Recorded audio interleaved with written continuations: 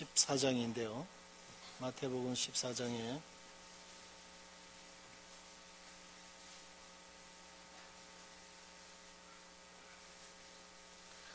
14장 14절 이해합니다. 예수께서 나오사 큰 무리를 보시고 불쌍히 여기사 그 중에 있는 병자들을 고쳐주시니라. 저녁이 되매 제자들이 나와 이르되 이곳은 빈들이요 때도 이미 저물었으니 무리를 보내어 마을에 들어가 먹을 것을 사 먹게 하소서. 예수께서 이르시되 갈 것 없다. 너희가 먹을 것을 주라. 제자들이 이르되 여기 우리에게 있는 것은 떡 5개와 물고기 2마리뿐이니이다. 이르시되 그것을 내게 가져오라 하시고 무리를 명하여 잔디 위에 앉히시고 떡 5개와 물고기 2마리를 가지사 하늘을 우러러 축사하시고 떡을 떼어 제자들에게 주시매 제자들이 무리에게 주니 다 배불리 먹고 남은 조각을 12바구니에 차게 거두었으며 먹은 사람은 여자와 어린이 외에 5,000명이나 되었더라. 또 한 군데 말씀을 더 보겠습니다. 요한복음 6장입니다.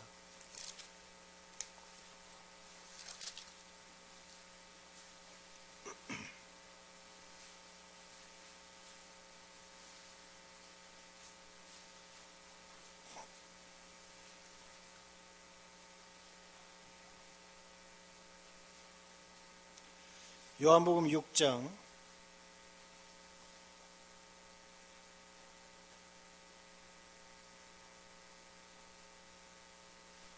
3절 예수께서 산에 오르사 제자들과 함께 거기 앉으시니 마침 유대인의 명절인 유월절이 가까운지라 예수께서 눈을 들어 큰 무리가 자기에게로 오는 것을 보시고 빌립에게 이르시되 우리가 어디서 떡을 사서 이 사람들을 먹이겠느냐 하시니 이렇게 말씀하시면 친히 어떻게 하실지를 아시고 빌립을 시험하고자 하십니다.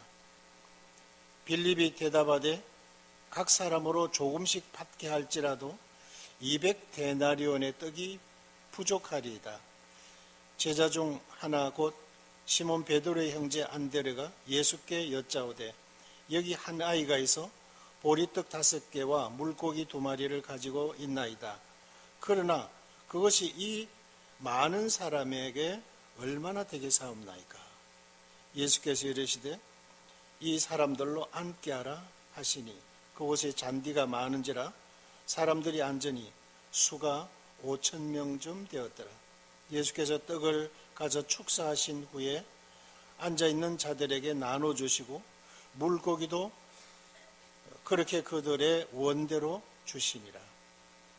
그들이 배부른 후에 예수께서 제자들에게 이르시되 남은 조각을 거두고 버리는 것이 없게 하라 하시므로 이에 거두니 보리떡 5개로 먹고 남은 조각이 12바구니나 찼더라. 그 사람들이 예수께서 행하신 이 표적을 보고 말하되 이는 참으로 세상에 오실 그 선지자라 하더라. 마태복음에 없는 배경이 요한복음에 있고 요한복음에 없는 배경이 이제 마태복음에 있는 것을 보았습니다. 마태복음에서 주님께서 그것을 내게 가져오라고 이렇게 말씀을 하신 그 배경이 요한복음 6장과 마태복음 14장을 함께 놓고 생각하시면 왜 주님이 그러셨나를 우리가 이해하게 되죠. 주님께서는 이미 친히 어떻게 하실 것을 아심이로라.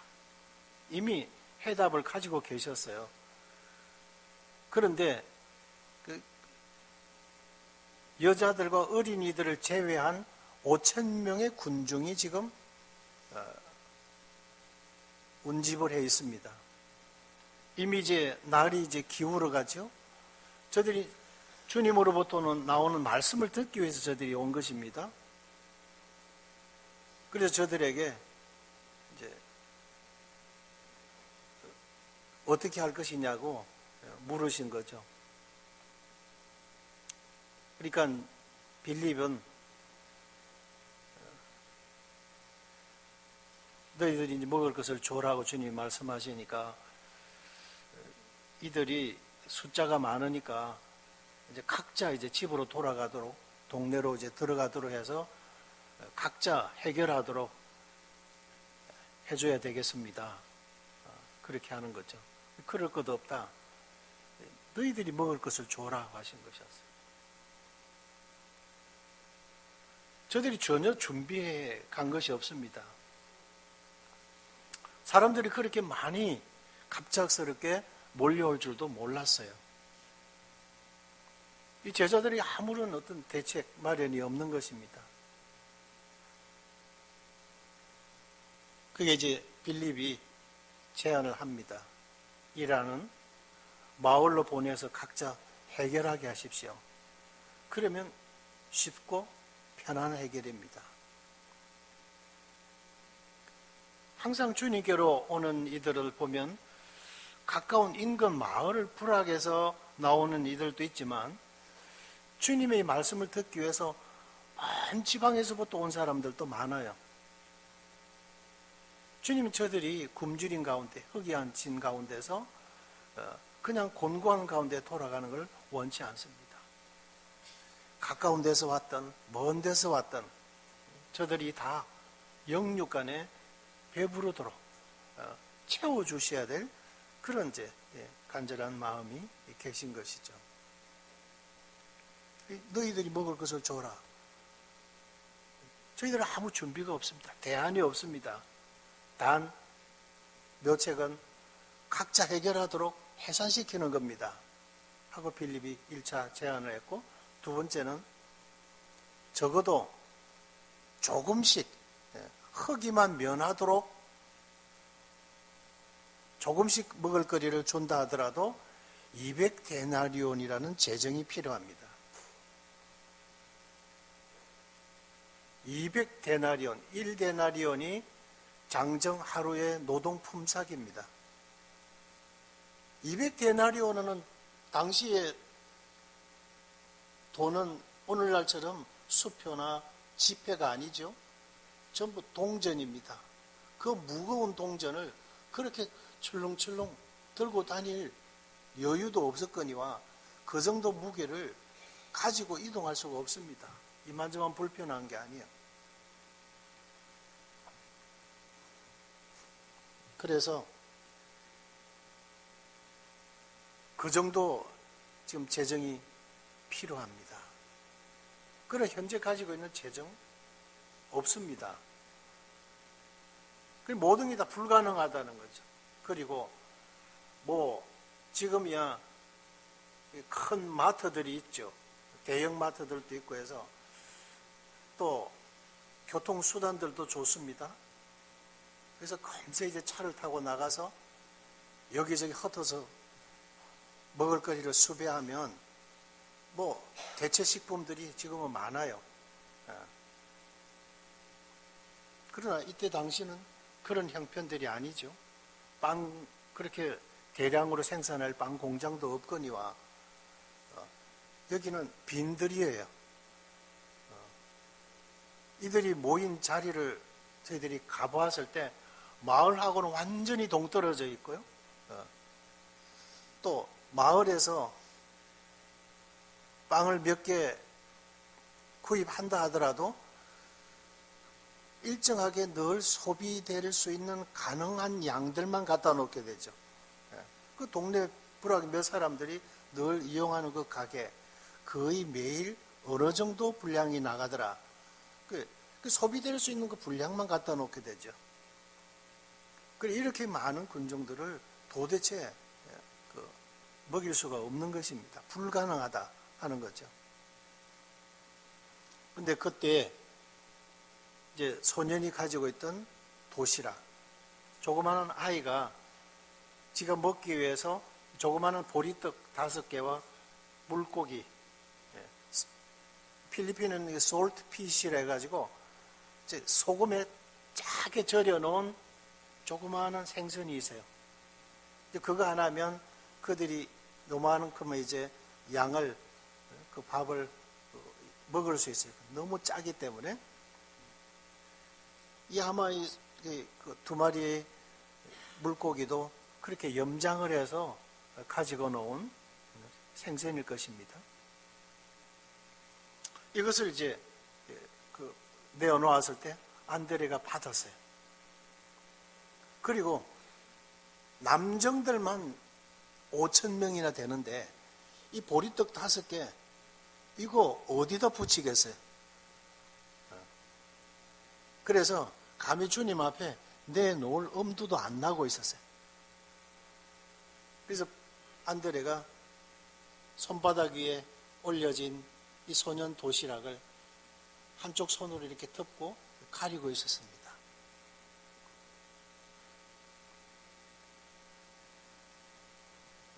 이것 가지고 얼마나 되겠냐. 조그마한 소년 아이 1인 간식거리인데 이것을 가지고 장정 한 사람인들 양껏 채울 수 없는 양인 거죠. 그 주님은 너희들이 먹여라 그러지. 안드레 손에 쥐어 있는 것은 어린아이 보리떡 조그마한 떡 5 덩어리 뿐이지. 그래 이것이 아니다고 생각한 거죠. 이건 내놓을 것이 아니라고 생각하고 한 손으로 덮고 감추고 있었어요. 그런데 주님은 그걸 아신 거죠. 그것 내게로 가져오라는 것이었습니다.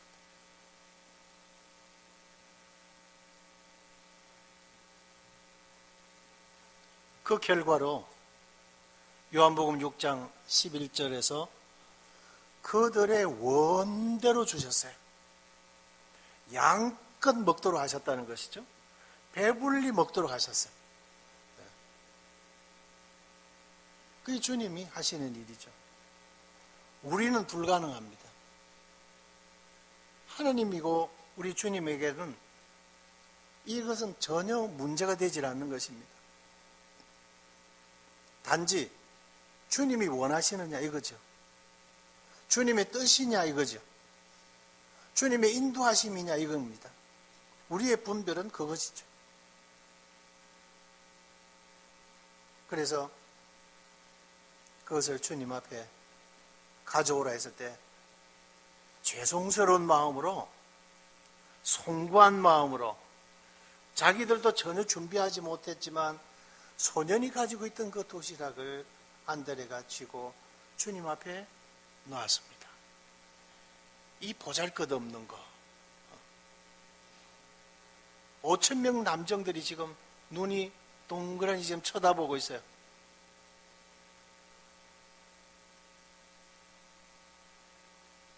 그 보리떡 5개 하찮은 것이죠. 보잘것없는 것입니다. 어디다 갖다 내놓을 것도 없어요. 그런 송구한 마음으로 주님 앞에 갖다 내드렸습니다. 그런데 주님은 그것을 가지고 아버지 하나님 앞에 기도하시고 제자들을 쭉 일렬로 세워서 오라고 그랬어요. 그리고는 그것을 가지고 주님은 계속해서 주님의 품에서 나오기 시작합니다. 한 바구니 가지고 온 것을 놓고 또 무리를 지어 앉도록 해서 여기 갖다 주고 저기 갖다 주고 이제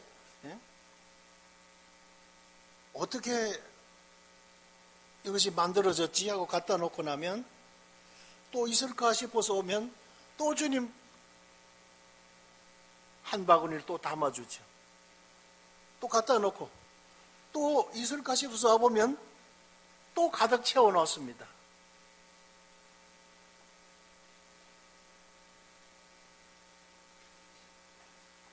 이게 사실이에요. 그것을 내게로 가져라. 우리에게는 보잘것없다고 여겨지는, 우리의 계산상으로는 도저히 불가능한 것을 주님은 그런 기적으로 가능케 하셨습니다. 하나님의 일은 하나님이 계산하셔요. 어떻게 하실 것을 친히 아심이로라. 이미 우리 주님은 해답을 가지고 계신 분이셨어요. 넉넉한, 다만 우리가 불가능하다고 생각한 것뿐이에요.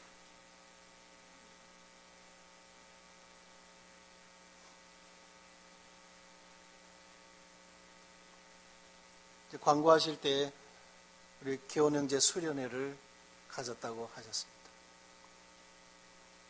여러 이제 교회의 전반적인 해야 할 일들, 그 다음에 중기, 장기,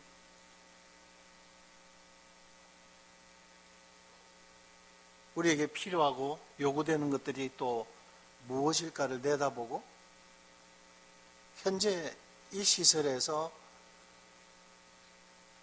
얼마나 다 우리가 더 수용하고, 현재도 지금 여러 부수 활동들이 방들이 부족해져. 그래서 카페에 가서도 하기도 하고, 모친들은 이제 모친 방에 또 가서 하고, 또 겹쳐서 하기도 하고. 그래서 여기에 모일 것이냐, 아니면 저 다른 제3의 장소로 또 이동할 것이냐, 하게 되면 언제쯤 해야 될 것이냐, 뭐 등등 다양한 이제 의제들이 나왔었습니다. 주님은 우리의 믿음이 어디에 있느냐를 보시는 거죠. 너희 문제가 무엇냐 이거예요. 우리의 의지대로 우리의 요구에 따라서 가려 하는 것이냐, 아니면 이것이 주님의 뜻이냐, 이거예요. 그 주님은 친히 아심이라 이미 답을 다 가지고 계셨어요. 빌립과 안드레가 어떤 믿음을 가지고 있는가, 이걸 보고 자심이셨어요.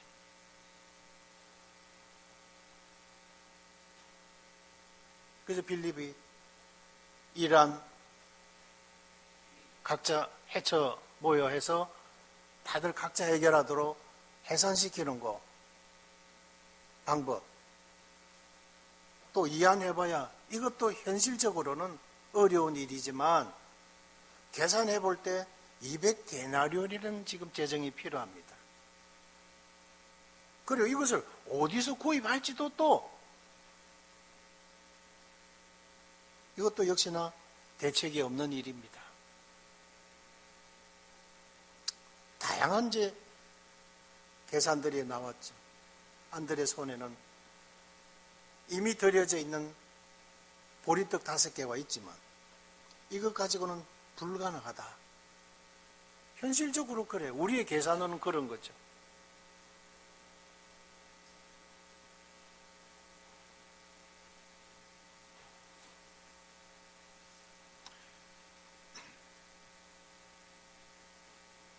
이 도마개떼를 오가면서 볼 때 생각지도 않는 학교가 시작이 되어진 거죠. 이 교육시설이 이제 시작이 되어진 겁니다. 교육사역이.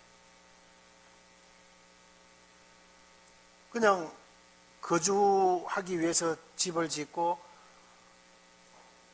이왕에 짓는 거 거실을 좀 크게 해서 그곳에서 성경 공부도 할 수 있는 이런 공간을 이렇게 좀 거실을 확보해 놨는데, 그 적게 열은 입이지만 거기에 이제 유치원이 시작하게 되도록 주님께서 그렇게 인도하신 거예요. 유치원 교육을 맡겨보니까 아이들이 너무 변해지고 바뀌니까 여기서 초등교육도 해주십시오 학부형들이 찾아와서 강권하는 거야. 그러니까 유치원을 마치고 난 아이들이 이제 초등교육 6학년까지 국민학교, 초등학교를 또 시작하게 되어진 겁니다. 2학년이 졸업이 되니까 이제 방들이 점점 좁아지고 이 좁은 공간에 위에 또 한 칸 더 올려서 다락처럼 만들어서 방들을 그렇게 지금 서고 있어요. 현재는. 그래 이제 올해 새로 지금 졸업하는 유치원생이 생기면서 2학년은 또 3학년으로 또 올라와야 돼요. 그럼 교실이 없어요. 그리고 현재 살고 있는 황수영 형제, 임성희 자매가 살고 있는 그 집을 이제 밀려 비껴줘야 돼요. 3학년이 올라와야 되니까. 그래서 지금 오가홍 예배당 허가를 지금 2층까지 해놨기 때문에 그거 준공을 피라고 나면 그 옥상에다가 또 기거할 수 있는 숙소를 지금 또 만들어야 됩니다. 이 주님이 네가 젊어서는 네가 스스로 띠뛰고 네가 원하는 곳으로 다녔지만 늙어서는 남이 내게 띠를 띠우고 네가 원치 아니하는 곳으로 데려가리라. 베드로가 어떠한 죽음으로 하나님 앞에 영광을 돌리려 하심이라. 이 요한복음 21장의 말씀. 우리는 우리의 삶이 아니고 주님 앞에 드려진 삶입니다.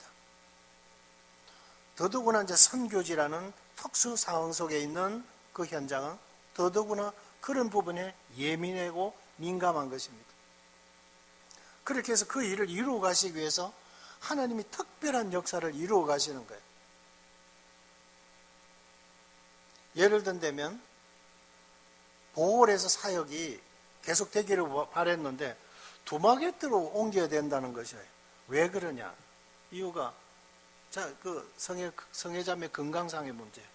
그곳에서 완전히 천식 환자가 되고 부정맥으로 언제 큰일이 벌어질지 모른다는 거죠.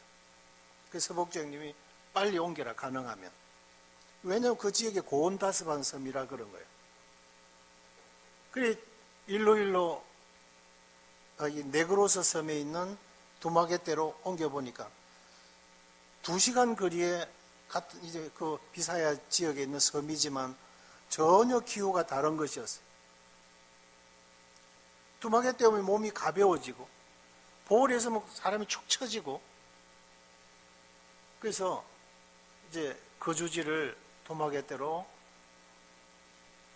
옮기기로 그렇게 이제 결정을 내리고 그 집을 지은 것이었죠. 그런데 이제 이사를 해야 되는데 어떻게 그 이삿짐을 옮깁니까? 그러나 이미 하나님은 예비하신 것이었어요. 보름 전에 바지선이 취항을 했어요. 보홀에서 두마게떼로. 바지선이 이미나 취항이 된 겁니다. 알고 보니 그렇게 보름 전에 취항이 된 거예요. 그래서 그 배에다가 이삿짐을 쉽게 싣고 옮길 수가 있었던 것이었어요. 이사하는 날 이사 갈 집에 할머니가 자기가 트럭을 손수 어디 빌려가지고 항구에 막 이삿짐을 실로 그 트럭을 몰고 온 거예요.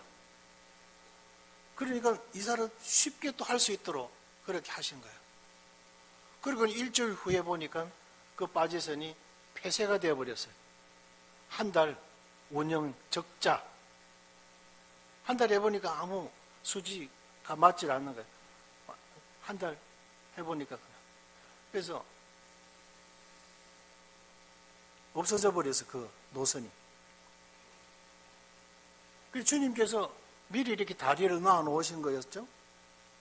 그 이야기를 들을 때에 주님의 인도하심이 분명하다는 것이죠. 예를 들면 그런 거죠. 그런 하나님께서 초월한 우리의 모든 가능성의 이런 순리를 초월한 이런 역사를 하나님이 이루어 가신다는 거죠.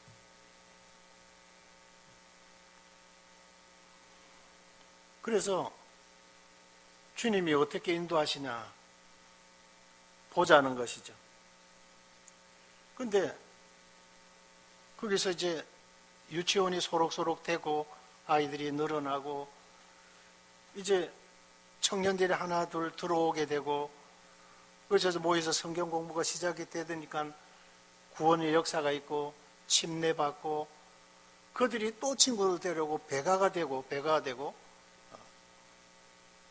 그래서 그 청년들이 그 유치원에 기거하게 되니까 이게 덕이 안 되는 거죠. 그래서 볼 때 이거는 교회 사역과 교육 사역을 분리시켜야 된다 하는 것을 보게 하신 거죠.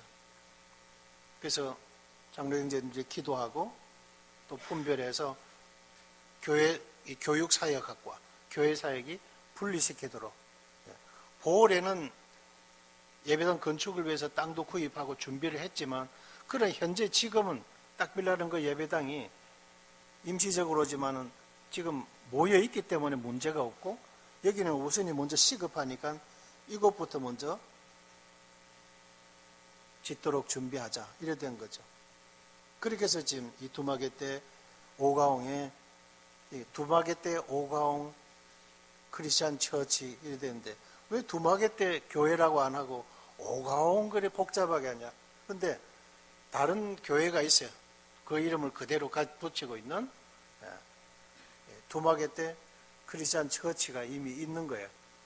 그래서 지역이 오가옹 지역이니까 오가옹 처치라고 하자. 이렇게 해서 아마 그렇게 명명을 한 겁니다. 그래서 이제 백지를 놓고 땅 형태를 주님도 땅도 아주 값싸게 구입할 수 있도록 길을 열어주셨고 구입한 그 땅에다가 대충 이제 도면을 그리고 백지를 놓고 어떻게 예배당을 지을 거냐 한 거죠. 그러나 튼튼하게 지어야 된다. 지진이 지난번에 있었기 때문에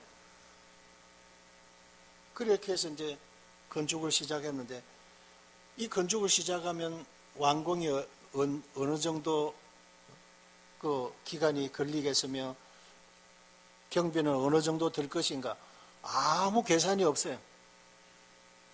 그런 경험들이 없기 때문에 그래서 일단은 믿음으로 시작을 한 것입니다. 최종적으로 이제 그 외벽 도장까지 마치고 결제를 딱 해주니까 얼마가 나왔냐? 2억이 들었어요.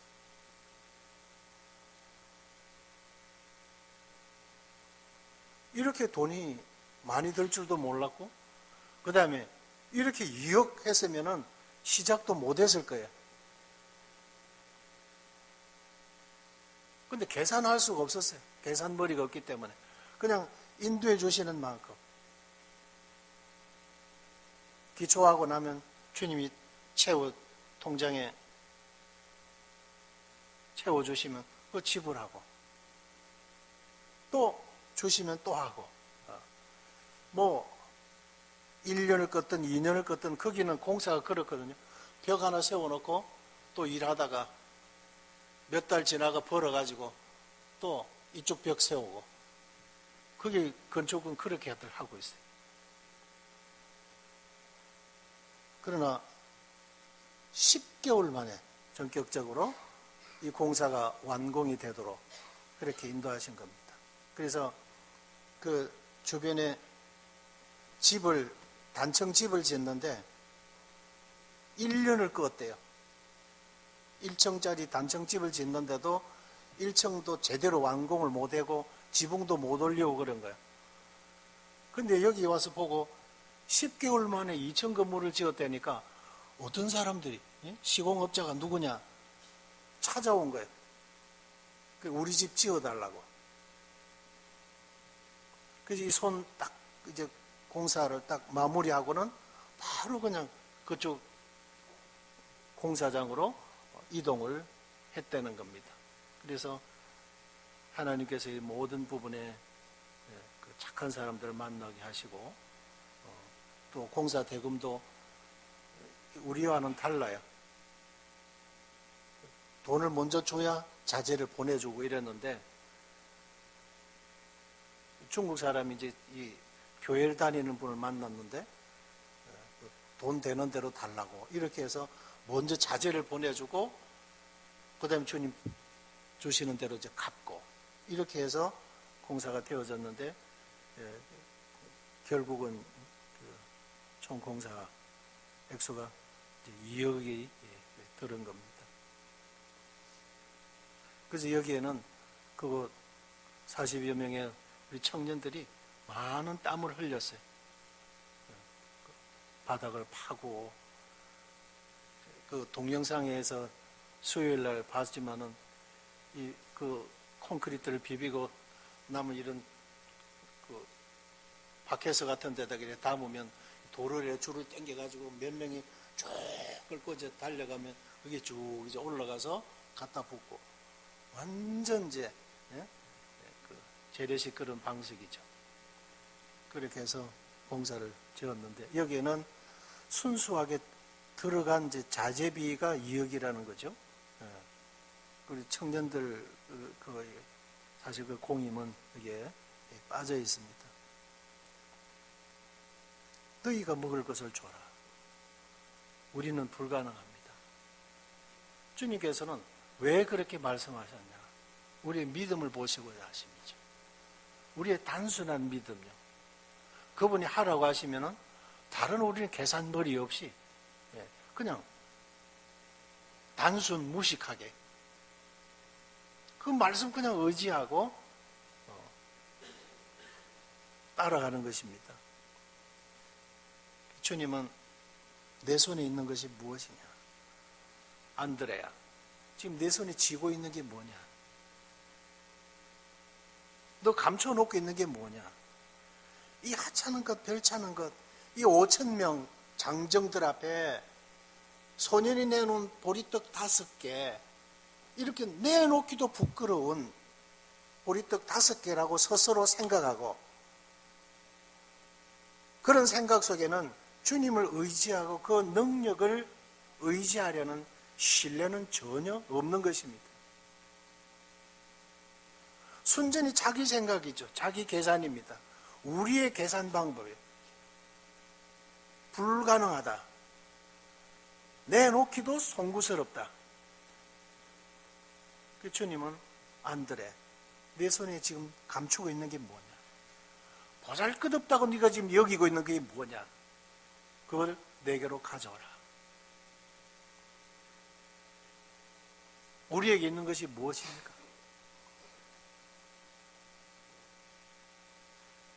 내 이름이 뭐냐? 성경에 많은 질문이 있어요. 내 꿈이 무엇이냐? 내 나이가 몇이냐?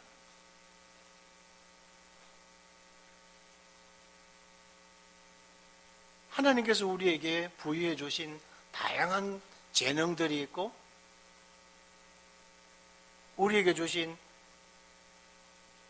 여러 가지 삶을 통해서 믿음 안에서 살아온 삶의 경험들, 다양한 것들이 있습니다.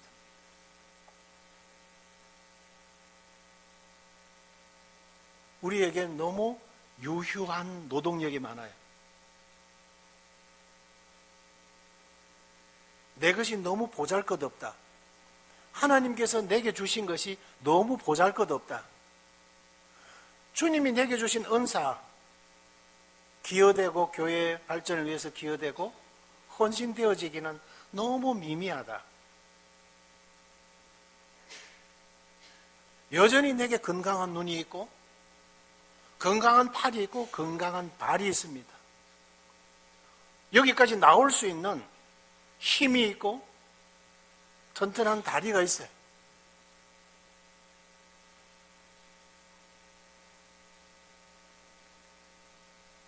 우리에게 기회가 있다는 것입니다.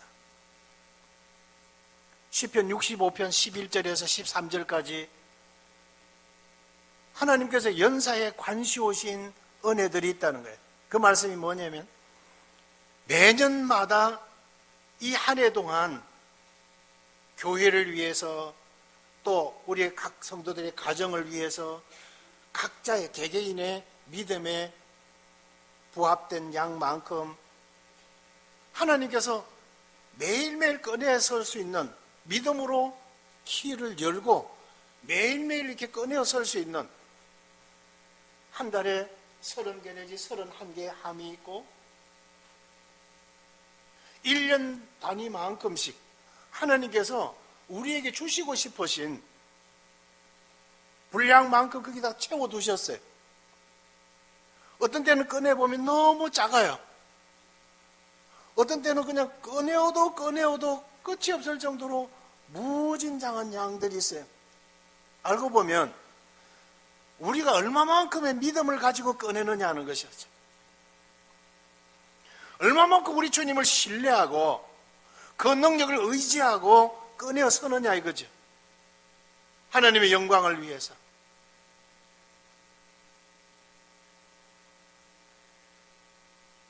연사에 축복해 주신, 이미 축복하기로 작정하시고 관을 씌우셨다는 거예요. 이미 허락하셨다는 것이죠. 하나님께서 축복해 주셨다는 것입니다.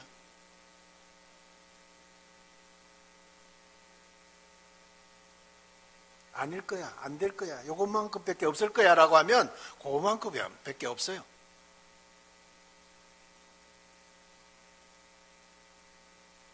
그런 신앙은 1년이 가도 제자리 걸음이고 10년이 가고 20년이 가도 그 분량만큼밖에 자라지 못하는 것입니다. 하나님의 영광 돌릴 목적으로 하나님이 우리에게 주시는데 나는 안 돼. 안 되죠.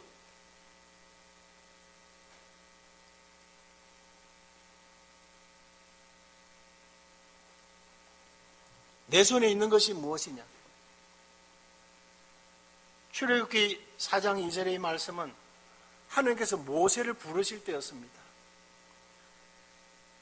애굽에서 바로로부터 부여받았던 그 권력, 그 부요, 지위, 바로가 지급한 것이었어요. 하나님께서 그 모든 것을 지울 동안 미디안 광야에서 40년 동안 그 모든 것을 지우고 버리도록 미디안 광야 40년 동안 하나님이 방치하셨어요. 다 버려졌어요. 애굽에서 그 권위, 광야에서 아무 쓸모 없었어요. 이것도 저것도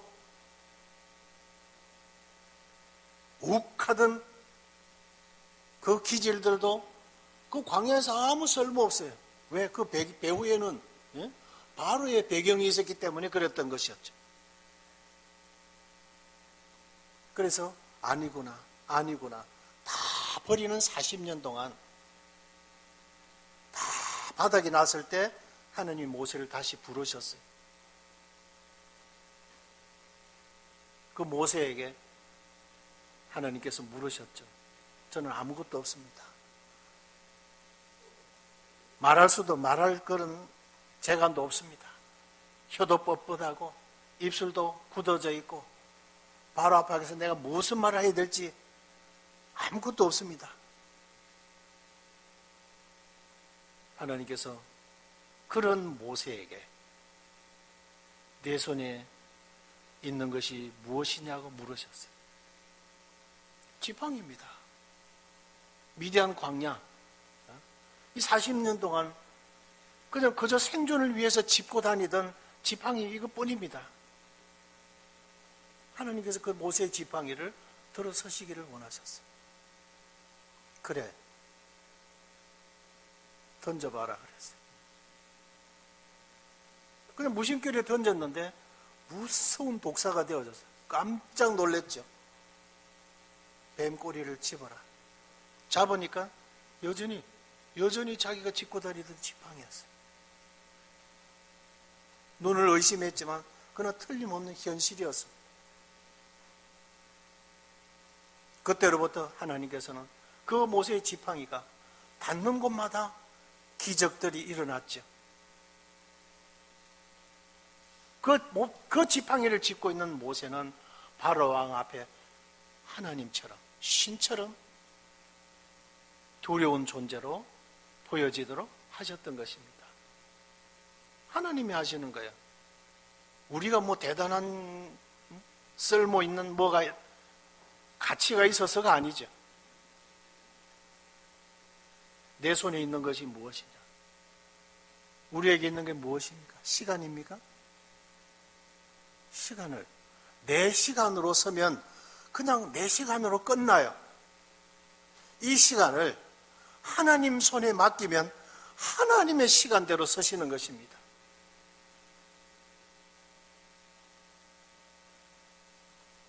하나님은 영생을 이루어 가시는 영원한 것에 서시도록 유용토록 하시는 것입니다.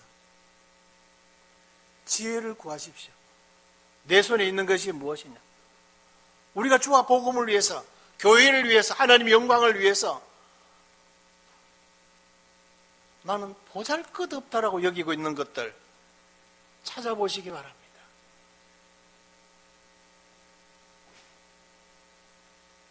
그리고 주님 우리 각자에게 교회에 필요한 지체들이 되게 하셨어요. 유용토록 하신 것입니다. 이웃을 섬기도록, 교회를 섬기도록, 하나님의 영광을 위해서 서임 받도록 하나님께서 우리를 부르셨고, 우리의 믿음의 분량대로, 우리의 은사대로 주님 앞에 들어질 수 있도록 그렇게 하신 것이에요. 그래서 안드레처럼, 빌립처럼 그런 자기 생각 속에 갇혀 있지 마시기 바라고 2018년도에는 이걸 깨뜨려버리고 나오시길 바랍니다. 그리고 담대하게 들으시길 바랍니다. 주님이 물으셨어요. 내 손에 있는 것이 무엇이냐? 지금 내게 있는 것이 무엇이냐?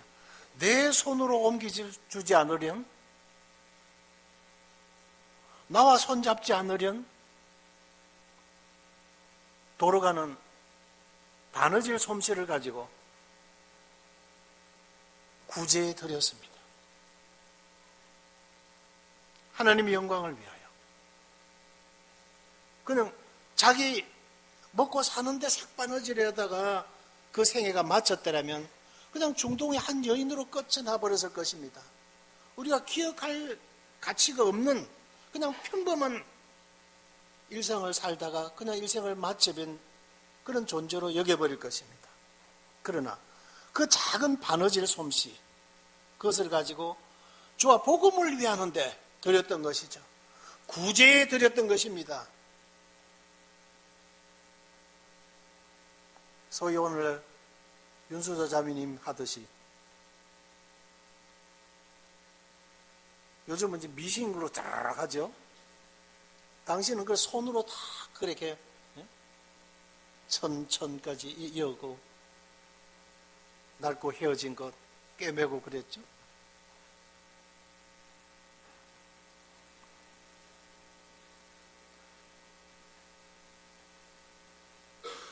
외벽에 페인트가 끝나고 나서는 그렇게 계속 넘치던 통장에 딱 잔고가 제로가 딱 됐다 그래서 신기해요. 그 청년들이 이제 조경을 이제 마당에다가 조경을 어떻게 할 것이며 무슨 나무를 심고 무슨 나무를 심으려면 얼마가 되고 이렇게 견적을 쭉 뽑아왔는데 얘들아 통장은 제로야. 주님께서 이거 짓도록까지 부족치 않도록 풍성하게 쏟아 부어 주셨는데 이 공사 대금 딱 끝나고 그 사람들을 딱 철수하자 하나님이 보고 계신 거예요. 통장 보니까 제로예요. 제로야. 그러니까 청년들이 우리가 할 일이 뭐지? 또 찾기 시작한 겁니다. 그래서 산으로 올라가고 자기 집으로 가고 막 흩어지더라는 거예요. 그러니까 그냥 자기 마당에 있는 바나나 나무를 뿌리채 뽑아오고 무슨 유실소 나무를 뽑아다가 심고 담장을 돌아가면서 전부 나무들 심고 저 주변에 무슨 선인장이 저리 많으냐고 위에서 보니까 그런데 전부 파인애플을 이었어요. 쫙 심어놨어요. 바나나 종류도 큰 바나나, 작은 바나나,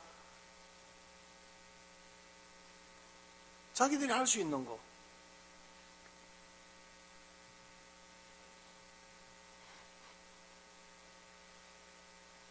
고린도전서 4장 7절에 내게 있는 것 중에 받지 아니한 것이 무엇이냐?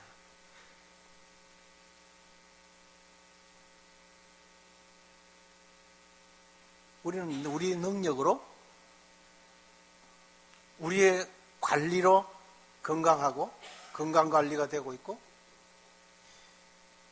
우리의 재능으로 지금의 위치에 있고, 현재처럼 그렇게 그런 정도로 살아가고 있다라고 생각하십니까? 내게 있는 것 중에 받지 아니한 것이 무엇이냐? 이 말씀 속에 왜 주셨느냐를 생각해 봐라는 말씀이죠. 네가 받아선적 어찌하여 받지 아니한 것 같이 자랑하느냐?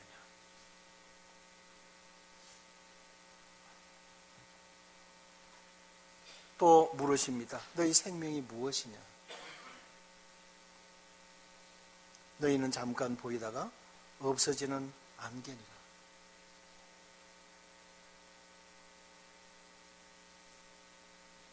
나를 위해서 서면 나라는 사람을 위해서 선 것밖에 남질 않습니다.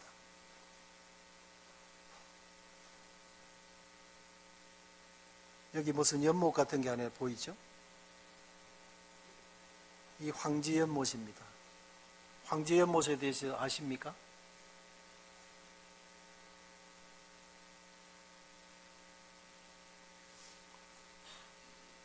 낙동강 삼천리 예서부터 시작되다.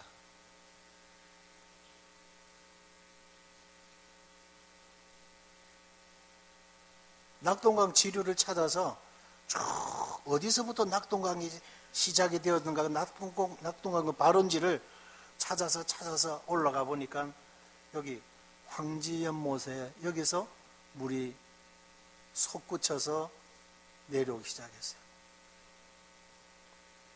낙동강 본류가 525km. 경부고속도로보다 길죠?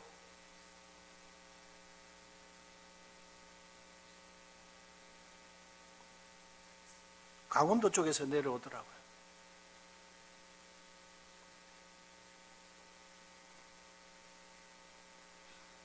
여기서 물이 솟구쳐 올라온 거죠. 작은 이 물의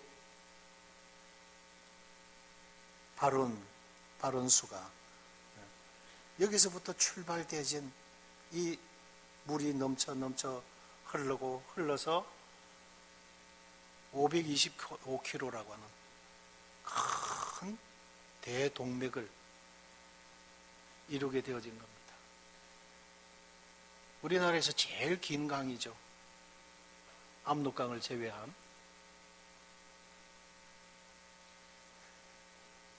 이 원천이 여기서부터 출발되어진 거예요. 나의 작은 것, 내가 보잘것없다고 여긴 것, 안드레가 창피스러워서 손으로 가리고 있던 것, 내 손에 있는 것이 무엇이냐?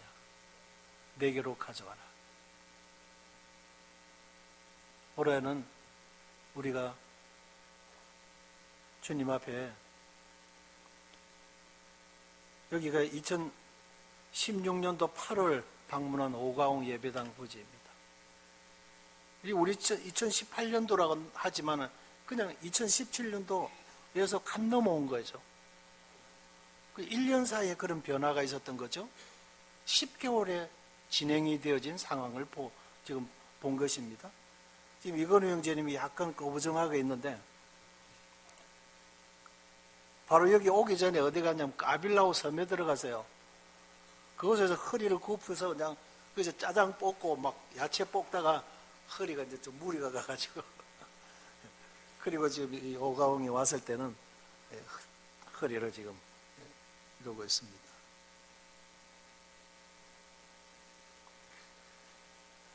2년 동안 이렇게 이 부지를 사놓고 기도 가운데 방치하고 있었습니다. 근데 믿음으로 아무 계산 없이 그냥 믿음으로 시작했어요. 근데 주님 역사를 이루셨습니다.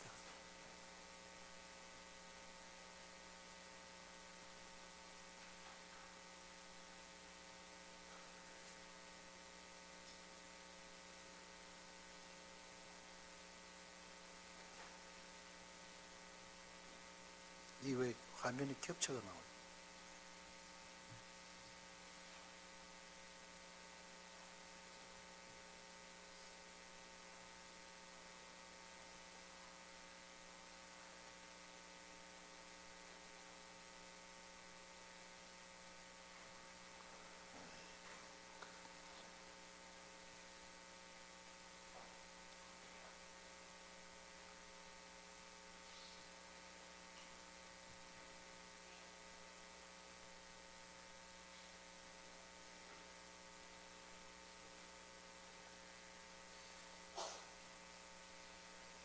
이 왜 이렇게 화면이 이렇게 겹쳐가 나오지?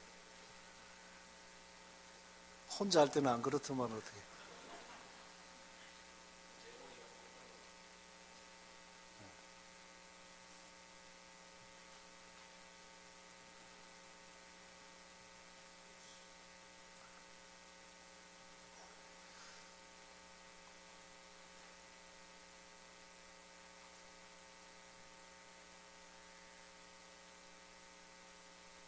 싱가포르에서 온 형제가 드론을 띄워가지고 쭉 이제 촬영을 한 겁니다.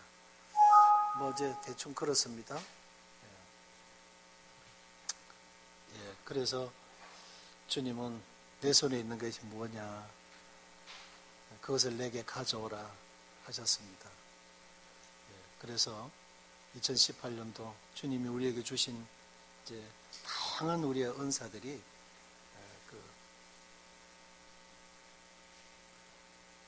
주님 앞에 또 귀하게 드려져가는 이 한 해가 되시기를 바라고, 특히나 올해 우리의 사역의 방향이요, 어린이들과 청소년들에게 맞춰져 있다고 하는 사실을 기억해 주시기를